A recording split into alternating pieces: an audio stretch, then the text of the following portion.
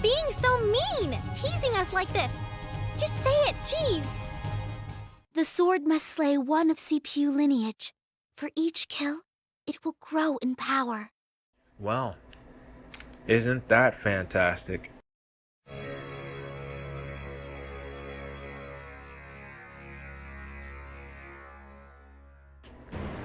Hey guys, welcome to our first discussion topic of the week, I guess. If you guys would like to contribute to the discussion of the week topics, please leave your thoughts on what it would like to be in the comments below, and we can treat this like the question of the day, except this will be discussion of the week. But regardless, let's move on to the topic, the Conquest ending. Now, first off, let's summarize what the Conquest ending was about. The Conquest ending was basically like a horror type ending, where Nepgear found a sword where she could use it to kill the other CPUs in order to get enough power to defeat the deity of sin. And after she beats it, she is, the sole CPU in existence at that point. And that's the long and the short of it. But you can't get your full feeling of what you thought of the Conquest ending by just summarizing it. So let's start from the beginning. What did I think of the fact that it wasn't just the fact that R4 could just be defeated and that they needed some special weapon? Well, that part I actually liked. Magic was able to defeat Neptune Noir, Blondbert, and Nepgear by herself, and she was able to defeat Nepgear, Unirom, Ram, and their human allies as well by herself. It took all 8 CPUs in that dimension plus the other human characters to defeat Magic. And that was a fragment of R4's power. I thought R4 would be a lot harder to defeat than the true ending would suggest. I mean, yeah, they weren't able to, defeat her, but they were able, they weren't able to seal her or do anything like that, but they were able to defeat her. They just didn't have a way of attacking her once she got in her energy form, and then they just found out it was friendship. To me, that took away all of R4's threats, in essence. She was just, a final boss to defeat. And that was very disappointing to me. At least in the first game, you had special weapons. And in the third game, Rey, while powerful, they had defeated Rey in the other dimension. And Rey didn't have a part of her that could solo the CPUs. That's... No. So I did like that aspect, that they had to look for a different way to defeat R4. And it also made, let's diverting a quick bit, the true ending in itself, it seemed pointless after they defeated R4 the first time.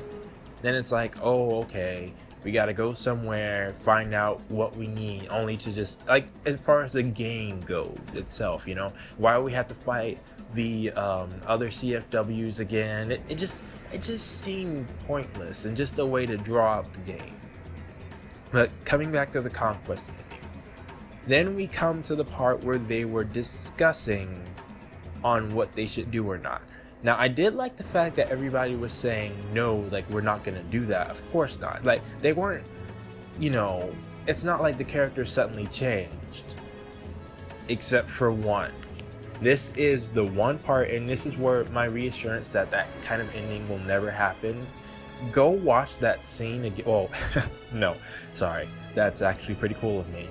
If you were curious and would watch that scene again, you would notice that when Nepgear suggests her idea of taking everyone else's shares and putting it into one nation, and when everybody else leaves, Neptune doesn't say a word in that situation.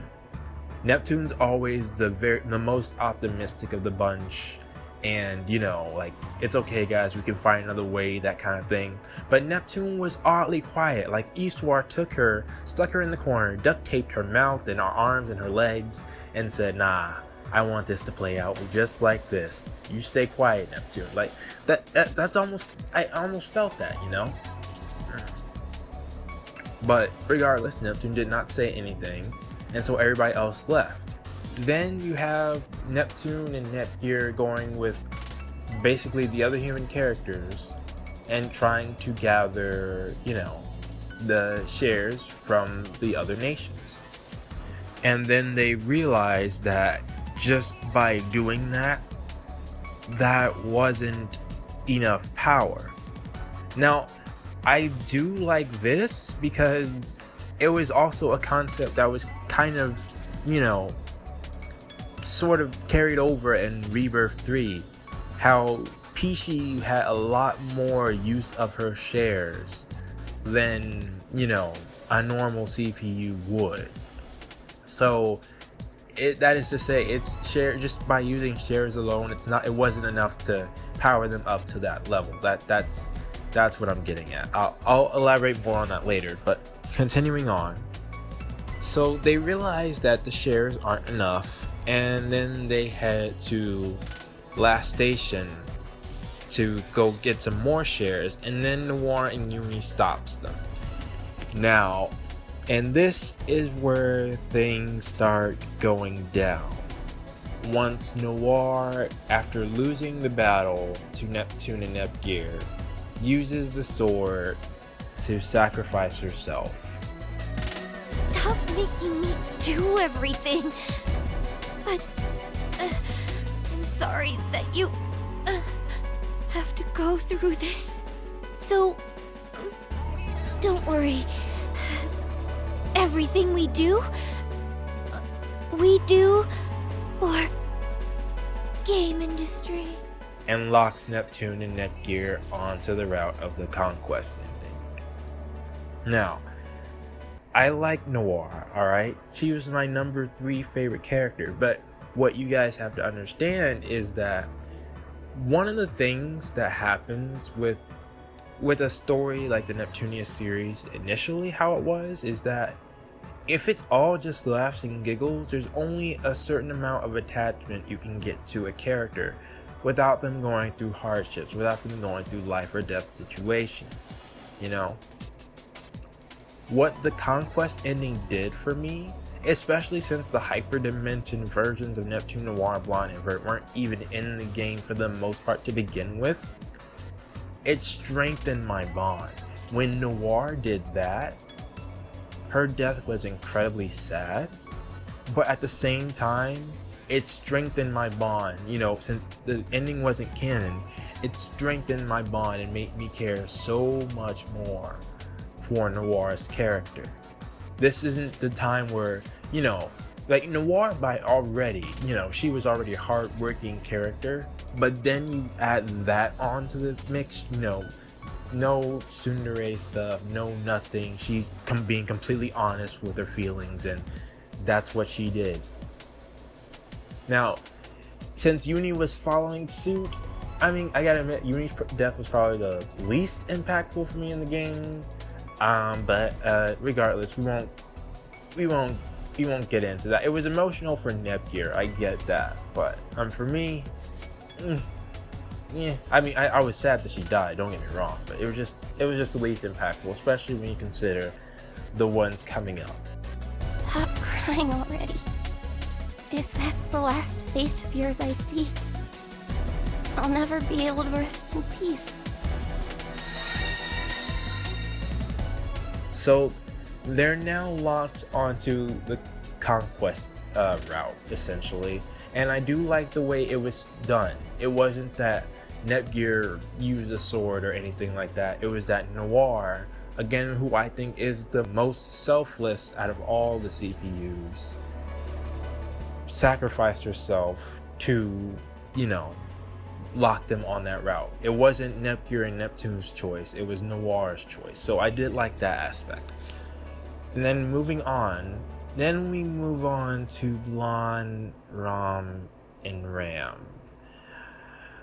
This is where things really started. Like, at least with Noir, you know, Noir and Blonde were willing to go after they lost, and Uni as well. But that's where the willingness stopped. After Blonde died, and I can't remember if this was true or not, but I think she was saying like for them to spare Ram and Ram. It'd be the best option. My sisters don't need to go through the pain you two will. Don't cry. You're going to be the new CPUs. It's time to start acting like it, okay? Or at least Blonde was under the impression that they wouldn't die or something like that. Because then Ram and Ram, like, let's remember, okay, Ram and Ram are, they're kids, alright?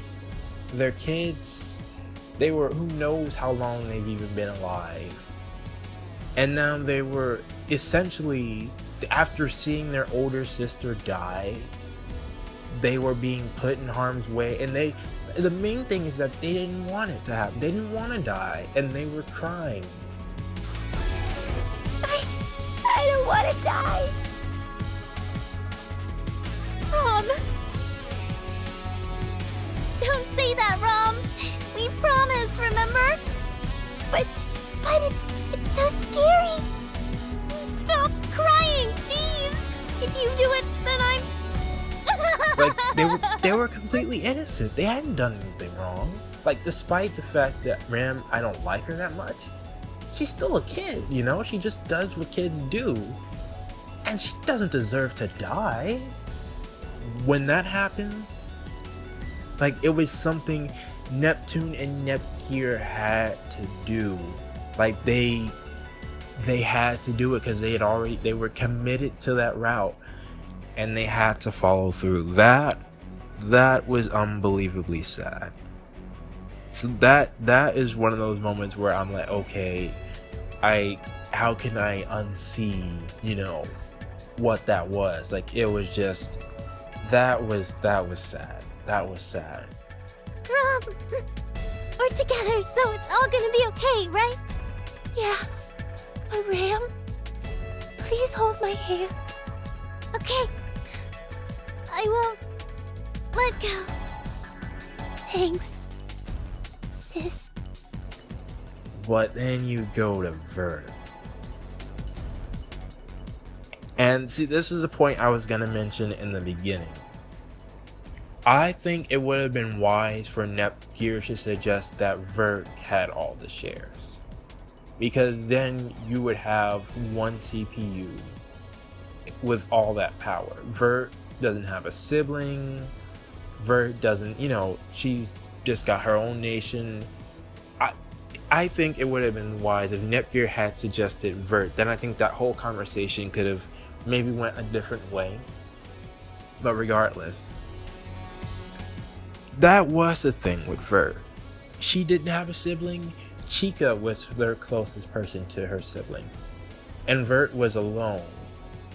If any other, and Vert realized that if any of the other CPUs, you know, their power, one sibling would have to kill another, essentially, if they continued on that route. Vert was alone, and with Vert being alone, you know, and having people who were waiting for her back at home. I mean, Neptune and Nepgear did as well. I mean, all the CPUs did, and which was one of the also very heartbreaking things, which made you really feel for Nepgear when she went to the oracles, and they didn't want to hear. I mean, it's completely fair, you know. Who would want to hear, you know, thoughts? You know, I mean, you know, somebody saying, "I'm sorry, I killed your," like, they don't want to hear that. Sounds selfish, but leave. I don't care to breathe the same air as you. I'm sorry. Yes, we'll go. Was your heart not tearing itself to shreds right now? No remorse for killing children? It hurts. It really does, but this was your only choice, hmm? After all, it's for the grand ideal of saving game industry. I understand what needed to be done, but I could never sacrifice what it means to be human like you have. Get out, before I say something even more vile to you. They don't want to hear. I mean, yes, you may have you know, it may have been the only way to do it, but still, they're not going to be in the mood to hear it. But when Vert went out to face Neptune and Netgear, and she was basically pulling like the standard shonen trump of what, you know, Naruto or Luffy or Ichigo are going when they're on the floor and they've been, you know, they've taken so much damage and they're still fighting. Vert never gave up. Noir and Blonde, they were like, yeah, okay, we lost. The sword is yours, you know, do what you gotta do. But Vert was just not willing to give up. Then Neptune and Netgear couldn't do it at that time. And then Underling comes and proceeds to hurt Vert more. That was Vert, Rom, and Ram's death to me were the worst by far. I mean, and then Vert was basically on her deathbed, and then they pulled through essentially. I hate to die without purpose. Please, Neptune. You. And please help Chica. She is still such a needy child. Yeah, we promise. Rest in peace, Vert. And then Chica, I don't like to think what happened to Chica after that, because Vert meant so much to her. Her last request? You dare say that to my face? And who was it who forced my darling Vert to make that last request? I had been waiting, and she had finally returned after 3 agonizing years. The wait was painful, but I could bear it, knowing that someday she would return to me. But now, there's no possible way for her to return from this. Give her back! Give Vert back to me! Leanbox's oracle seemed delusional, outright denying all that occurred. You know, like, you could say Vert meant more to her than Neptune meant to Netgear almost. Like that was some serious stuff. But then you come to the last one, where obviously, you know, Neptune, she's gotta go now, you know. And this part also made, like, some people may be thinking, well, why wouldn't Neptune take up the sword? She's the older sibling, you know. I mean, but that's the thing. As an older sibling myself, I could never bring myself to kill my younger sibling. So I would leave it to them. And that was, I'm trying not to tear up, man, but that was Neptune's death. To see her acting serious for once, it was refreshing to see Neptune taking a situation seriously. And again, all these deaths really reinforced the bond I had with all these characters. It was very impactful. I can't do it! It's time to grow up, Netgear. Huh? Why do you think we went around and took everyone's lives? It's all to save game industry, isn't it? Yeah, but... We told them we'd beat up the deity of sin in their place, didn't we? So we gotta do it right. Please, sis, do it for me. I want to save game industry too. And this is about all I can do to help. And again, you at I this also point. like the support Eastward gave Netgear, and IF and Compa gave Netgear to, like, we know what you had to do. It's okay. We're still gonna support you, Netgear. And then the final message, when Netgear finally defeats R4. And she leaves Netgear with that final message. There is no longer a need for me to remain here and destroy this world. For you see, the world is already spiraling toward oblivion. No, it isn't! This world will be safe as long as you aren't in it! Of course, a world under the rule of a single entity will surely brim with peace and prosperity. Indeed, a world without strife. A world that knows only peace. And what's wrong with that? Is there something wrong with a peaceful world? Without strife, without conflict, without competition, nothing will advance. Nothing will evolve. The people will become complacent and live their lives in peace. The world will stagnate and rot. I won't let that happen.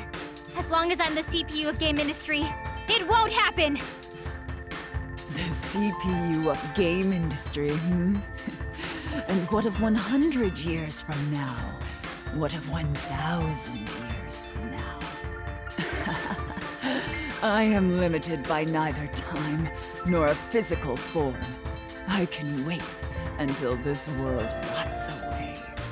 It was a very realistic message about how Nepgear would turn out in the future when she has all that power. She's the only CPU in existence now, especially now that she was forced to do something as drastic as killing those closest to her, to the point where she had to willingly kill her own sister. That would change anybody. So what I thought about the Conquest ending overall, it had some moments. No, not just some moments. The entire thing, it tugged at your heartstrings. But because it tugged at your heartstrings, the bond I had with the characters grew so much more.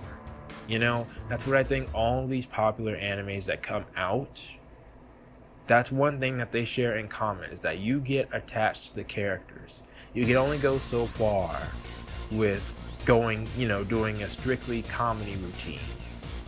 Sometimes in order to leave a lasting impact, you have to wound us, I guess, a bit, in order for us to truly get attached to the characters.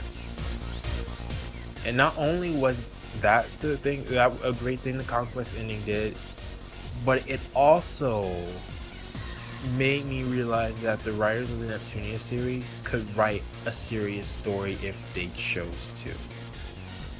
They were catering to what they thought the fan base wanted, and I would believe the Conquest ending was an experiment for them. But it was telling us that they can deliver on a serious story if they want to. And I think that's showing up in the Mega Dimension game that I'm playing right now. That's also something that I think is different from me and Noble. Noble, he's not playing it. Noble's terrible with serious stuff. He's only there for the laughs and jokes and, things like that. Me, the Conquest ending is what solidified to me that I'm a fan of the series, because I was too attached to the characters now. I couldn't just write them off. Regardless of what they would do in the future, I know how they would act. There's a saying that says, you only know what kind of person you are at the moment of your death. That is what we truly saw. We saw Vert wasn't doing any games, Blonde wasn't reading any books, Noir wasn't acting like a tsundere, and Neptune wasn't joking around.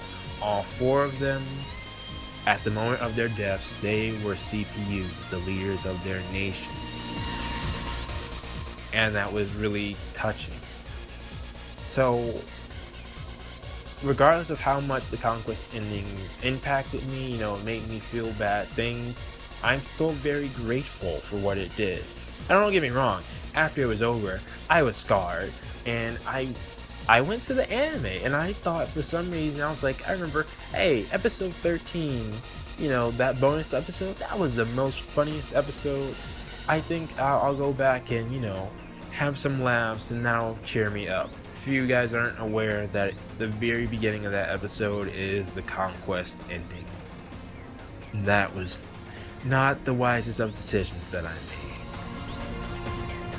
But anyways, and I do think, now my favorite ending overall is the Holy Sword ending, because that made a lot more sense. The fact that Nepgear would think, hey, why don't we find another way? And then they use the sword to essentially make the sword into a version of what Peachy did, where they could use the shares, you know, a lot more efficiently. And that's how they defeated it. I like that version a lot better, and they were able to defeat, and they did fight the CFWs again, but it was, you know, all in a row.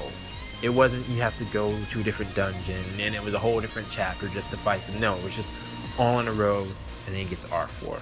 But yeah, that's just my thoughts. Admittedly, they were very long thoughts, but what are yours?